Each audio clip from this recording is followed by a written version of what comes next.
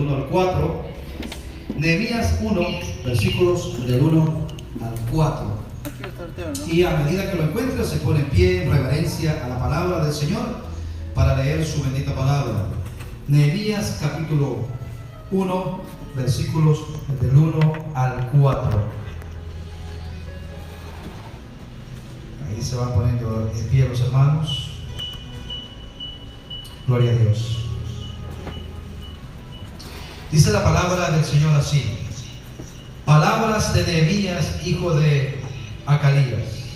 Aconteció en el mes de Quisleu, en el año 20, estando yo en Susa, capital del reino, que vino Anani, uno de mis hermanos, con algunos varones de Judá, y les pregunté por los judíos que habían escapado, que habían quedado en la esclavitud, y por Jerusalén. Y me dijeron: el remanente, los que quedaron de la cautividad allí en la provincia, están en gran mal y afrenta, y el muro de Jerusalén derribado y sus puertas quemadas a fuego. Cuando oí estas palabras, me senté y lloré, e hice duelo por algunos días, y ayuné y oré delante del Dios de los cielos. Vamos a orar. Padre, gracias. Gracias te damos, Señor, en esta hora por tu palabra. Te pedimos, Señor, que nos hables por medio de ella y a través de tu Santo Espíritu. Te lo pedimos todo, Señor, en el nombre de Jesús. Amén y amén. Pueden tomar asiento, mis amados hermanos. ¿Cómo se llama el título? Manos a la obra. Manos a la obra. Aquí vemos nosotros, hermanos, en esta parte de la historia, vemos que el pueblo está pasando, el pueblo de Israel está pasando por un momento tan difícil, tan calamitoso, pero vemos que en medio de las circunstancias difíciles siempre Dios tiene hombres preparados para llevar a cabo su obra. Nunca usa ángeles, nunca usa otros medios, aunque lo puede hacer. Él ha querido usar hombres como usted y como yo. Dice la Biblia que Él ha depositado el Evangelio en un vaso de barro. Entonces, en este caso vemos aquí, en esta parte, que Esdras y Nehemías son los hombres que Dios usa para hacer una obra maravillosa en Jerusalén. Ahora, ni Esdras ni Nehemías figuran entre los héroes de la fe del capítulo 11 de Hebreos. No figuran ahí, que pusieron en fuga ejércitos. No fueron hombres así tan poderosos, tan llamativos en el Antiguo Testamento, ni como Moisés, ¿verdad? Ni como Elías, que hicieron milagros espectaculares. Y le quiero decir eso porque no tenemos que ser esos hombres que se llevan o se roban los reflectores para que Dios nos pueda usar en su obra. ¿Amén? Es más, Dios quiere usarnos a cada uno de nosotros en particular. Estos hombres no fueron y ni se encontraron entre David y Salomón, por ejemplo, que fueron los hombres de Dios que llevaron coronas, ¿verdad? Y que fueron poderosos y que fueron tremendos hombres del Señor.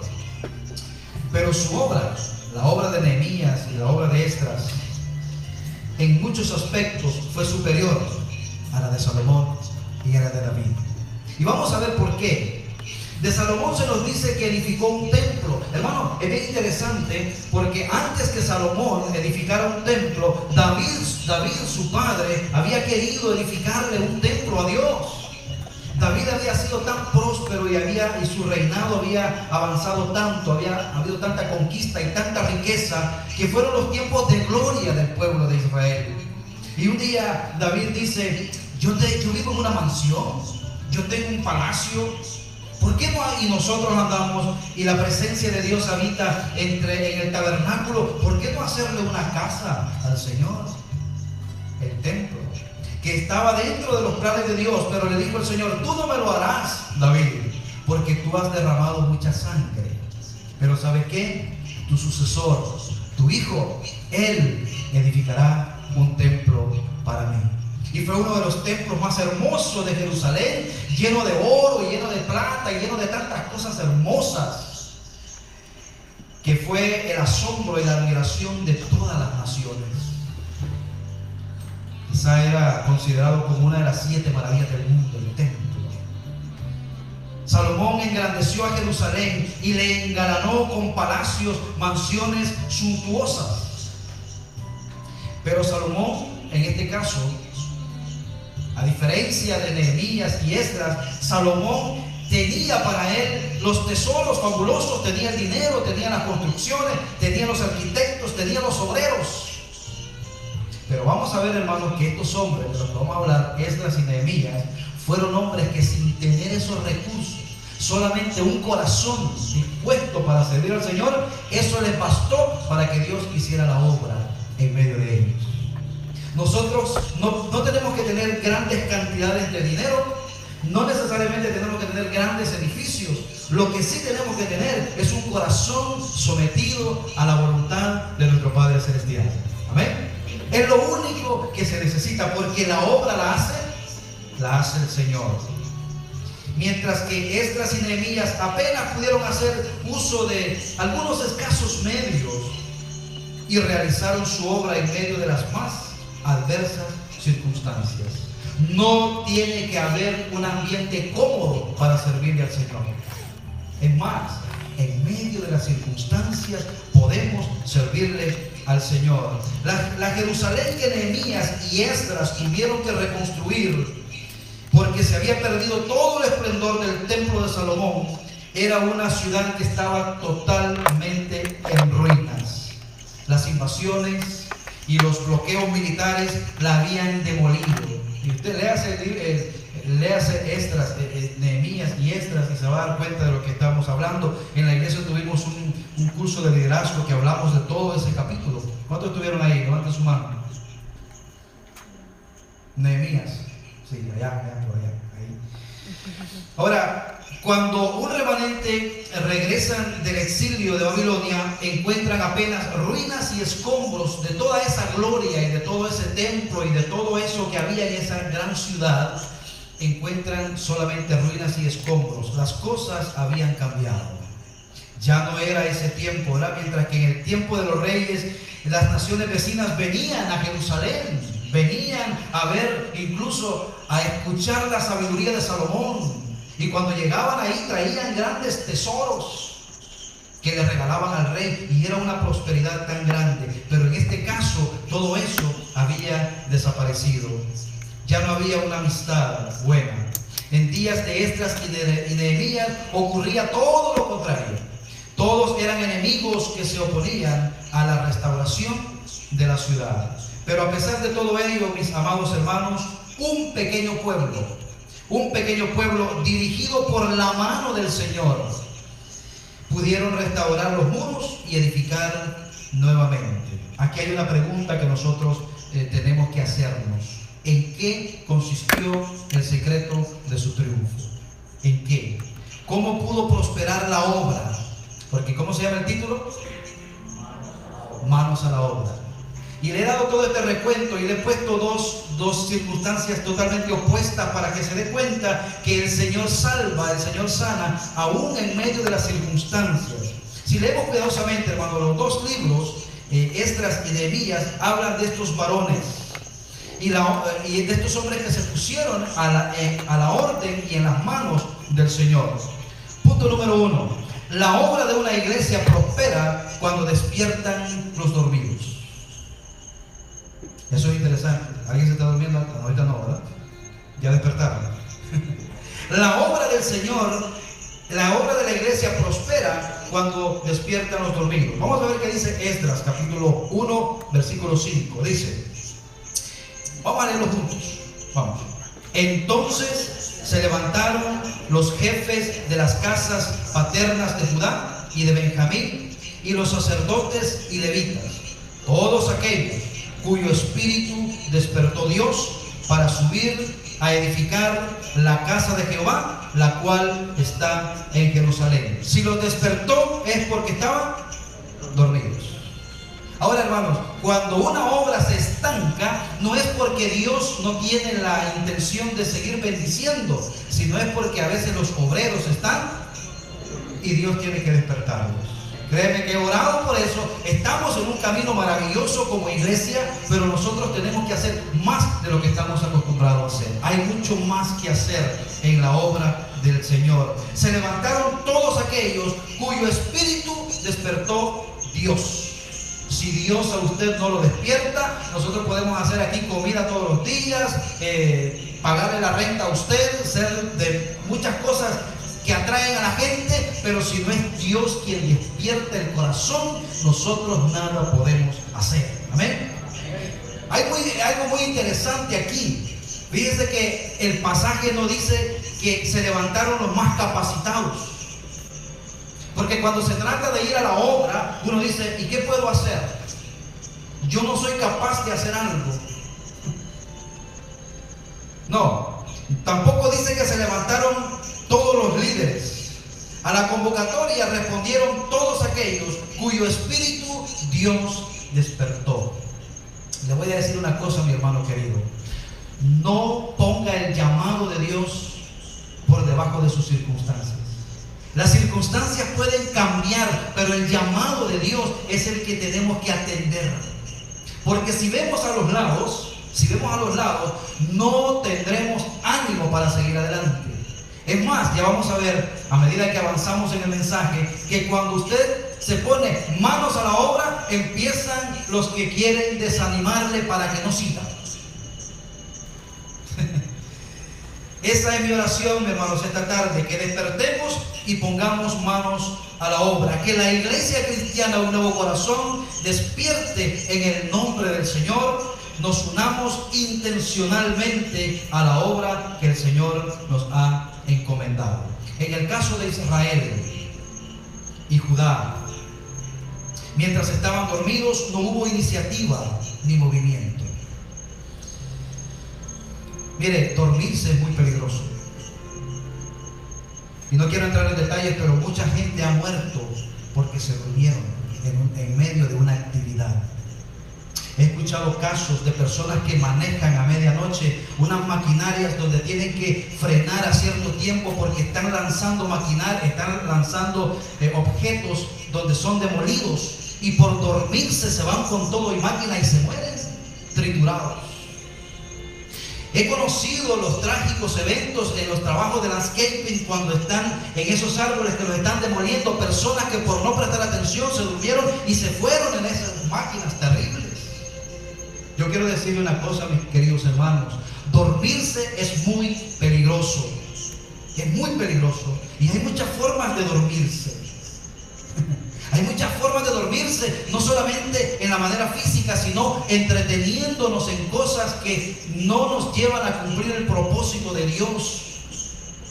Ejemplo, tuvimos una serie completa de Sansón, ¿se acuerdan? Sansón fue levantado para destruir a los filisteos en el nombre del Señor como uno de los jueces. Sin embargo, Sansón, en medio de su misión, se durmió. Y a veces durmió en casa ajena. Y de ahí fue donde le provino todo su poder. Se durmió porque de alguna manera se desvió. Aunque Dios dice que el Señor usaba todas estas cosas para atraer a los filisteos. Y sabemos que Dios al final usó todos sus desvaríos para que los filisteos pudieran ser destruidos. Pero muy peligroso es dormirnos. Saúl, mientras dormía, perdió su lanza y su vasija de agua. Por eso, hermanos, Dios nos dice que velemos, que estemos despiertos. Otra manera de dormirnos no es que nos durmamos, a veces nos duermen. No permita que nadie más lo duerma, para desviarle del propósito que Dios tiene en su vida. Déjeme decirle una cosa: como iglesia seremos los más miserables si no cumplimos el llamado que Dios nos ha encomendado. No hay propósito, no hay gozo. Hermano, no hay cosa más linda que usted encontrarse en la obra del Señor. Y si por la obra del Señor usted sufre, bienaventurado es, dice la Biblia. Amén. Qué lindo es sufrir un poquito por la obra del Señor. Oramos por los misioneros, ¿verdad? Que pueden hacer lo que lo hacen y que de alguna manera tiene que ser un llamado para que usted pueda entregar incluso su propia vida por el mensaje del Señor. No durmamos, dice el Señor. Primera de Pedro 5:8 dice: ser sobrios y velar. Fíjense que la palabra sobrio aquí no tanto está hablando de emborracharse, como casi siempre lo comparamos. Sobrio significa con una buena doctrina. Una persona que tiene una templanza en lo que cree, sea sobrio, no crea hoy una cosa, no crea mañana otra cosa. En YouTube subieron una cosa: pastor, dicen ahí que Jesús tuvo una amante y se llamó María Magdalena, y tuvo un hijo y se llamó el Santo Grial. Pastor, ya no sé qué hacer, mi fe está débil. Hermano, no crean esas cosas, sea sobrio. Y la sobriedad viene solamente por la palabra de Dios, amén. No por cuentos, ni por historias, ni por chistes en la iglesia. Es por oír y oír la palabra de Dios. Dice: ser sobrios y velar. Porque vuestro adversario, el diablo, sí, todavía está coleando, todavía anda por ahí. Como león rugiente anda alrededor buscando a quien devorar. A los que ya devoró no los busca. Busca a los que se le han escapado de su reino, del reino de las tinieblas al reino de la luz, y a esos molesta. Pastor, desde que me convertí a Cristo, mi vida es difícil. Le digo: gloria a Dios, bienvenido al reino. Si usted dice: pastor, yo no sé de qué lucha habla, no has nacido de nuevo, no sabes de qué se trata. Ahora, el enemigo anda como león rugiente alrededor buscando a quien devorar. La Biblia no nos manda a ver a Satanás en todos los semáforos y ver: ese es el ojo de Satanás, ese ojo rojo. No nos manda la Biblia a entrar en ese pánico, pero la Biblia dice, Pablo hablando acerca de eso, dice: no ignoramos sus maquinaciones. Está maquinando. ¿Y sabe dónde se está metiendo Satanás? Yo creo que si tendríamos que darle a él un premio por asistencia en la iglesia, tendríamos que dárselo a él. Pastor, no diga eso. Sí, Señor. ¿Dónde estaba cuando Jesús estaba sentado al lado de Judas, al lado de Jesús? Que Judas estaba al lado de Jesús. Y dice que ahí el diablo se le metió. Satanás usa la iglesia para querer destruir la obra del Señor. El cristiano que duerme se convierte en un obrero inactivo, se convierte en un miembro del cuerpo paralítico. No podemos dormir, y eso trae a nuestra vida, trae un desánimo. Pero cuando usted está activo, cuando usted está en la obra del Señor, cuando usted está peleando la buena batalla de la fe, eso es maravilloso, hermano, eso es lindo. Yo creo que si yo no fuera pastor, yo ya estuviera muerto, literalmente. Porque nada me satisfacía. Lo que el mundo me ofrecía me estaba llevando una vez más al hueco. Pero desde que Cristo me encontró y me llamó a su obra, soy feliz. ¿Tengo todo? No tengo lo que el mundo cree que necesito para ser feliz, pero tengo a Cristo. Amén. Y si tengo a Cristo, lo tengo todo. El cristiano que duerme se convierte en un obrero inactivo. Satanás le entretiene con los placeres de este mundo, con espejismos. Ninguno que milita se enreda en los negocios de esta vida, dice Pablo. La iglesia que duerme, Satanás la devora y la entretiene. Punto número 2, Dios nos quiere despertar. Amén. Esdras 5:1 dice: profetizaron Ageo y Zacarías, hijo de Iddo, ambos profetas, a los judíos que estaban en Judá y en Jerusalén, en el nombre del Dios de Israel, quien estaba sobre ellos. Profetizar es hablar, es predicar, es enseñar. Dios tuvo que despertar a su pueblo. El mal no era, mire, el mal del pueblo no era que fuesen pocos. Pastor, pero ¿cómo nosotros, siendo pocos en esta congregación, vamos a llevar a cabo la obra del Señor? No, ese no es el problema. El problema no es que fueran pocos. El mal era que tenían desánimo en el alma, el pueblo de Israel. Se habían acostumbrado a vivir en la miseria. Hermano, no se vea usted como insignificante. Eso fue lo que hizo Gedeón, ¿se acuerdan? ¿Quién soy yo? El último de la familia. Y somos pobrecitos allá en Manasés. No. Dios no mira eso. Dios no mira esas cosas. Dios ve un corazón contrito y humillado. El sueño, el mal era que tenían desánimo en el alma. Déjenme decirle, hermanos, el desánimo es lo más terrible que puede haber en una persona. No se acerque a una persona desanimada, que si usted venía caminando así, va a salir aguado de ahí. Por eso se pasa. Por eso dice la Biblia que nosotros debemos de animarnos con la palabra de Dios, cantando con himnos y salmos para edificarnos los unos a los otros. ¿Cómo está, mi hermano? Ahí derrotado, hermano. Ya sabe. No, tenemos que edificarnos. ¿Cómo está? Bueno, hermanos, las cosas no están yendo bien, pero estamos en Cristo. Y mientras estemos en Cristo, todo va caminando bien. Amén. Amén. Así es, mi hermano.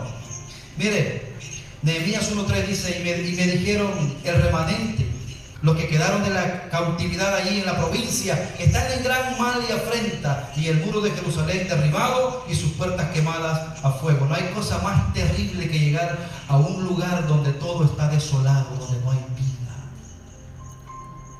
En Cristo hay vida, hermanos. Cristo es la vida. Cristo es la vida. El sueño del conformismo los había anulado a todos. ¿Cómo estaban ellos? Porque vemos que llegó Hanani, ¿verdad? A donde estaba Nehemías. Y Nehemías, vamos a hablar más de él, ¿no? ¿Quién era Nehemías? El copero del rey. Un hombre influyente, un hombre que había nacido en el imperio. Pero Nehemías le pide un reporte y le dice, ¿cómo está la gente allá? Y le dice, la gente está pasando por un momento tan difícil. La pregunta es, ¿no seguía siendo Dios el Dios de Israel? El problema no estaba en Dios, el problema estaba en el corazón de ellos. Habían llegado a acostumbrarse a la idea de ser un pueblo sometido a vivir en ruinas. Le voy a decir algo espiritual para cada uno de nosotros. Hay cosas, hay ruinas dentro de nuestro corazón que nos desaniman. Porque día tras día me encuentro con lo mismo. ¿Usted cree que usted puede salir de eso en el nombre del Señor y ser victorioso? Sí se puede, pero hay una parte que usted tiene que hacer. La parte más difícil la hace el Señor. ¿Verdad, hermano? Habían llegado a acostumbrarse a la idea de ser un pueblo sometido a vivir en ruinas. Para sacarlos de ese estado, primero Dios tuvo que despertarles. Y entonces, así que hubo deseos de trabajar, de hacer algo hermoso, de emprender y de tomar iniciativas, Dios empieza a trabajar con ellos. ¿Cómo nos amonesta Dios contra el sueño y la despreocupación? No lo voy a leer todo, pero la Biblia en Proverbios 6 dice, ve a la hormiga, oh perezoso. Mira sus caminos y sé sabio, la cual no tiene capitán. Entre las hormigas no hay un pastor hormiga que esté animando a los demás. No, ellos no tienen capitán. Ellas tienen, y miren, hermano, si a usted le dicen cerebro de hormiga, alégrense, porque las hormigas tienen un tremendo cerebro. Son bien trabajadoras, son organizadas. Ve a la hormiga, oh perezoso, mira sus caminos y sé sabio, la cual no tiene capitán, ni gobernador, ni señor. Las hormigas prepara en el verano su comida. ¿Sabe por qué prepara la hormiga del verano la comida? Porque sabe que en el invierno vienen los torrentes de agua y no pueden salir. Pero mire, cuando viene el invierno, cuando está lloviendo, cuando oye tronar, ¿qué dice la hormiga? Gloria a Dios, que truene y que llueve lo que quiera. Y prenden el televisor y empiezan a ver televisión y empiezan a comer. Porque han guardado alimento para el tiempo difícil. Pero el perezoso, falta todavía 6 meses para que venga el frío. Bueno, esto se predicaría ya en los países más helados. Cuando venga el frío, prepara para el verano su comida y recoge en el tiempo de la siega su mantenimiento. Perezoso, ¿hasta cuándo has de dormir? ¿Cuándo te levantarás de ese sueño?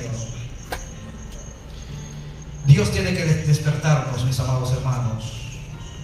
No duermas como Jonás, que mientras unos están expuestos a la muerte, nosotros dormimos. Los que conocen la historia, ¿verdad? Saben. Mire, Lucas 10:2 dice el Señor a sus discípulos, hablando de ir a la obra, y les decía: la mies, a la verdad, es mucha. Así se llama la iglesia, ¿verdad, mi hermano? La mies. Mas los obreros pocos. Por tanto, rogad al Señor de la mies que envíe obreros a su mies. Dios dice, hermanos, que alcemos nuestros ojos. En este caso podemos ver a nuestros vecinos, podemos ver cómo vive nuestro vecindario, gente que está lista, que está preparada. La mies, ¿qué era? Era un cereal que ya estaba maduro para ser recolectado. Eso es lo que es la mies. El producto está listo, las almas están preparadas. ¿Sabe para qué? Para ir y predicar el Evangelio.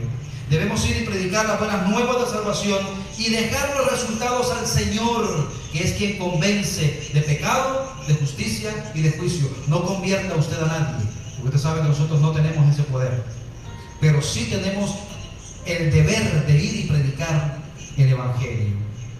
Hay una triste realidad, mis amados hermanos. Quiero terminar temprano hoy, pero hay una triste realidad, que mientras unos duermen, otros están entrando en la labor. Mientras nosotros dormimos, el enemigo trabaja. Jesús nos cuenta de un hombre que había sembrado su campo, y mientras dormía vino el enemigo y sembró cizaña. Sembró buena semilla, pero se durmió. Y mientras dormía vino el enemigo y sembró cizaña. ¿Cuántas cosas en nuestra vida estamos descuidando y el enemigo entrando? En la iglesia es lo mismo. Estamos descuidando y el enemigo está entrando y está queriendo destruir. Nosotros, hermanos, hemos sembrado, pero nos hemos quedado dormidos, y mientras dormimos el enemigo ha sembrado entre nosotros desánimo, pereza y murmuración. Desánimo. Aquí debería haber más personas. ¿Por qué no están? No estoy juzgando, pero en la mayoría lo que hay es desánimo. Y el desánimo da luz la pereza. Estoy desanimado, me voy a quedar en la casa. Y la pereza tiene su otro hijo, que es la murmuración. No, si ahí, más aquí. Bueno, ya no sigamos. La obra de una iglesia, hermanos, prospera cuando cada uno ocupa su lugar de acción. Nehemías 3, 1 al 3. Esto es del 1 al 15 para que usted entienda, pero vamos a leer solo del 1 al 3 para entender. Dice: la obra de una iglesia prospera cuando cada uno, o sea, usted en particular, ocupa su lugar de acción. Nehemías 3, del 1 al 3 dice: entonces se levantó el sumo sacerdote Eliasib con sus hermanos los sacerdotes y edificaron la puerta de las ovejas.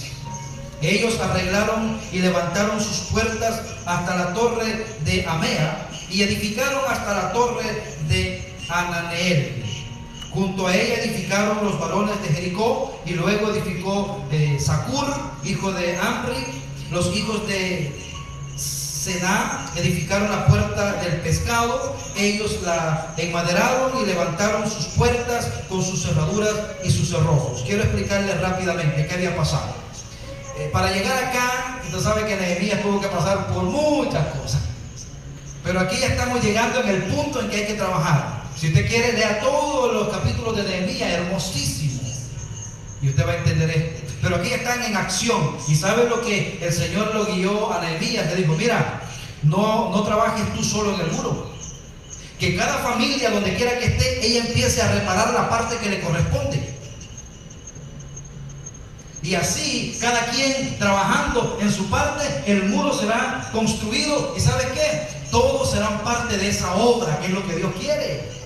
Dios puede cambiar al hombre y puede mandar un ángel. De hecho, la Biblia en Apocalipsis dice que un ángel vendrá a predicar a la tierra.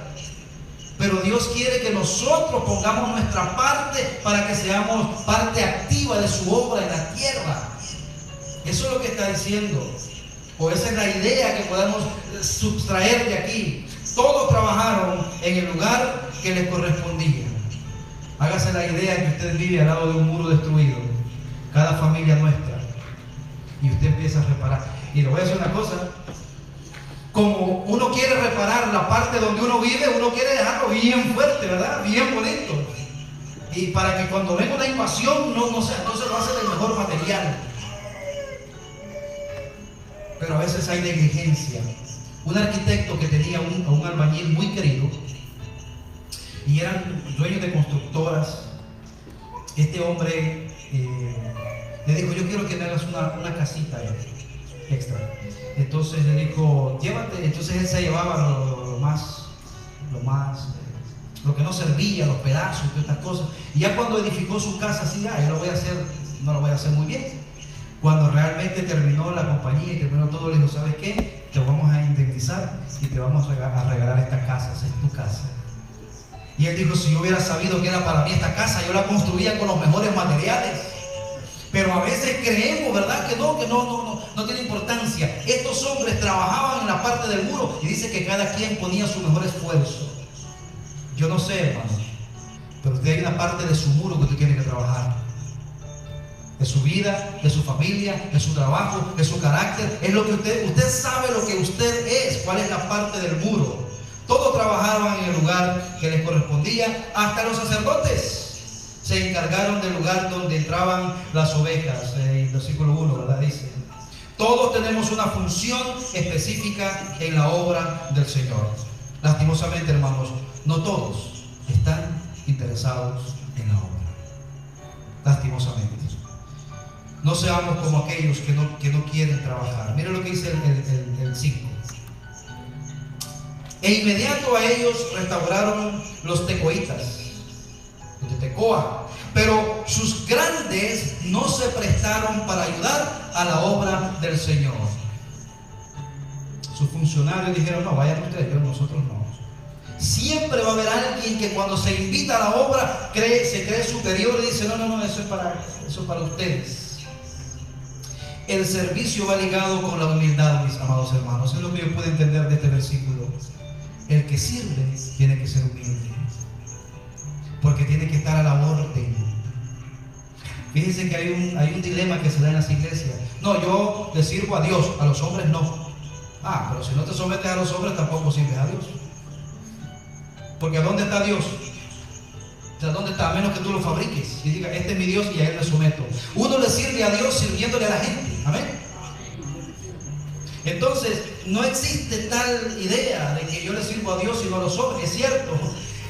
Tenemos que servirle a Dios en primer lugar, en cuanto a no ser pisoteados por hombres que dice la Biblia que no usan bien la palabra del Señor y que no son buenos guiadores del pueblo. En el caso que nos ocupa, hermanos, fueron más los que se unieron a la obra. Por eso prosperó. Los grandes no quisieron trabajar, pero los demás sí se unieron y la obra prosperó. Los grandes piensan que porque no van a la obra, eso no va a servir. Porque como no estoy yo ahí, porque son orgullosos. ¿Sabe lo que sucede con eso? Que te perdiste la oportunidad de trabajar en la obra del Señor. Cuando en la obra de Dios cada creyente ocupa su lugar y hace su parte, inevitablemente la obra prosperará. Manos a la obra, porque es Dios quien prospera la obra de nuestras manos. Amén. Que nunca se nos olvide, hermanos. Esta no es mi iglesia. Yo soy un siervo. Y a lo mismo que todos los pastores en el mundo que estamos trabajando legalmente para Dios, somos siervos de un mismo Señor. Y si una iglesia prospera por allá, yo tengo que decir: gloria a Dios. Amén. No es competencia, no hay competencia. Estas personas trabajaron en la restauración de su pueblo, no siendo muchos, con pocos recursos y con muchos enemigos. Porque eso sí, hermanos, ya para ir finalizando, el que decida trabajar en la obra de Dios tendrá muchos enemigos. Muchos enemigos. Recordemos que Dios puede salvar con muchos o con pocos. Ese fue el ejemplo de Jonatán, ¿verdad? No lo vamos a leer, pero está en 1 Samuel 14:6, cuando le dijo: Dios salva con pocos o con muchos. O sea, Dios, ¿se recuerdan al mismo Gedeón? De 300 le dijo que, de 30,000 le dijo 300 nada más. Y después, cuando fueron, le llevan su cántaro, para un hueco, y póngale allá adentro una antorcha encendida. Y llegan unas cosas ahí. Porque Dios, hermanos, no es tanto el material que tenemos ni nuestras estrategias, sino más bien ser obedientes a lo que Él dice. Él es quien hace la obra. No es con espada ni con ejército, sino con el Santo Espíritu del Señor. Cuando decides ocuparte en la obra, serás fuertemente criticado. La obra de una iglesia prospera cuando no nos dejamos debilitar por las críticas. Nehemías 4, del 1 al 3. Cuando oyó Sanbalat que nosotros edificábamos el muro, se enojó. Mire, Sanbalat. ¿Ya identificó usted algún Sanbalat que está enojado porque usted edifica el muro? ¿O es cristiano, o viene de la iglesia, o ama a Cristo? Yo tengo varios Sanbalat. Si no tiene usted, yo le regalo un par. Cuando oyó Sanbalat que nosotros edificábamos el muro, se enojó y se enfureció en gran manera e hizo escarnio de los judíos. Mire, interesante, hermano, lo que sigue hablando, porque no solamente que se enoja, sino que siguen escupiendo fuego. Mire lo que dice el 2. Y habló delante de sus hermanos y del ejército de Samaria y dijo: ¿qué hacen estos débiles judíos? Es una palabra despectiva, ¿no? Estos judillitos. ¿Y esto qué creen que son? ¿Qué hacen? ¿Se les permitirá volver a ofrecer sus sacrificios? ¿Acabarán en un día? ¿Resucitarán de los montones del polvo las piedras que fueron quemadas? Pero mire el 3. Y estaba junto a él Tobías, que siempre va a haber un Sanbalat. No puede vivir si no hay un Tobías al lado con quien estar conversando para desanimar la obra. Y estaba junto a él Tobías, amonita, el cual le dijo: lo que ellos edifican del muro de piedra, si subiera una zorra, lo derribará. Eso sí es tremendo, hermano. No, hombre, si eso es lo que están haciendo, si llega, eso va a desaparecer. Eso, olvídate de eso. Hermanos, la crítica es cruel y duele el corazón. Nosotros nos reímos, ¿no? Pero me imagino cómo Nehemías tuvo que trabajar con esta crítica. Todo porque quería trabajar para el Señor. Cuando usted sufre por servirle a Dios, yo le digo: gloria a Dios, hermano, va por el buen camino. Así es. La crítica es cruel. Todo el que haga algo para el Señor será criticado. Ejemplo máximo, nuestro Señor Jesucristo.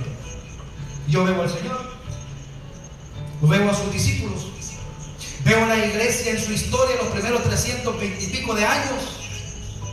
Casas nuevas, carros de lujo. No, Señor. Creer en Cristo era firmar su sentencia de muerte. Todo el que quiere trabajar en la obra del Señor, prepárese, porque vienen adversidades. Y cuanto más hermoso e importante sea la obra, más baja y más malvada será la crítica. No aceptemos ninguna crítica, hermano, ni siquiera de nuestros propios hermanos en la fe. ¿Qué hizo Nehemías con las críticas? Vamos a verlo. Nehemías 2, 19 al 20 dice: pero cuando lo oyeron Sanbalat, les está contando, ¿no?, a sus trabajadores, animándolos. Pero cuando oyeron Sanbalat, Eronita, Tobías el siervo amonita y Gesén el árabe, hicieron escarnio de nosotros y nos despreciaron, diciendo: ¿qué es esto? ¿Qué hacen? Les está contando la historia, ¿no? Pero miren 20. Y en respuesta les dije: esto es lo más importante, hermano. La crítica no la podemos evitar, pero la respuesta sí. En respuesta les dije: el Dios de los cielos, Él nos prosperará. y nosotros sus siervos nos levantaremos y edificaremos, porque vosotros no tenéis parte ni derecho ni memoria en Jerusalén. Ustedes no tienen nada que ver con esto, pero el Dios nuestro nos va a levantar. Eso es algo digno de gritar, hermanos.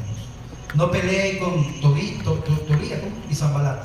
No, a ellos no les va a ganar, a ellos les encanta eso. Todo el que está en contra de la obra de Dios es porque no es parte de ella. Amén.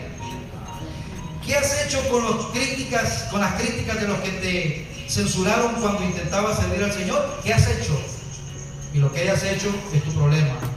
¿Te has desmoralizado y lo has dejado todo? Te ganaron. Le diste a Tobías y a Sanbalat, le diste la razón. Es precisamente eso lo que Satanás pretende, hermanos, acobardarnos. Pero cederemos nosotros, que hemos recibido una gran comisión.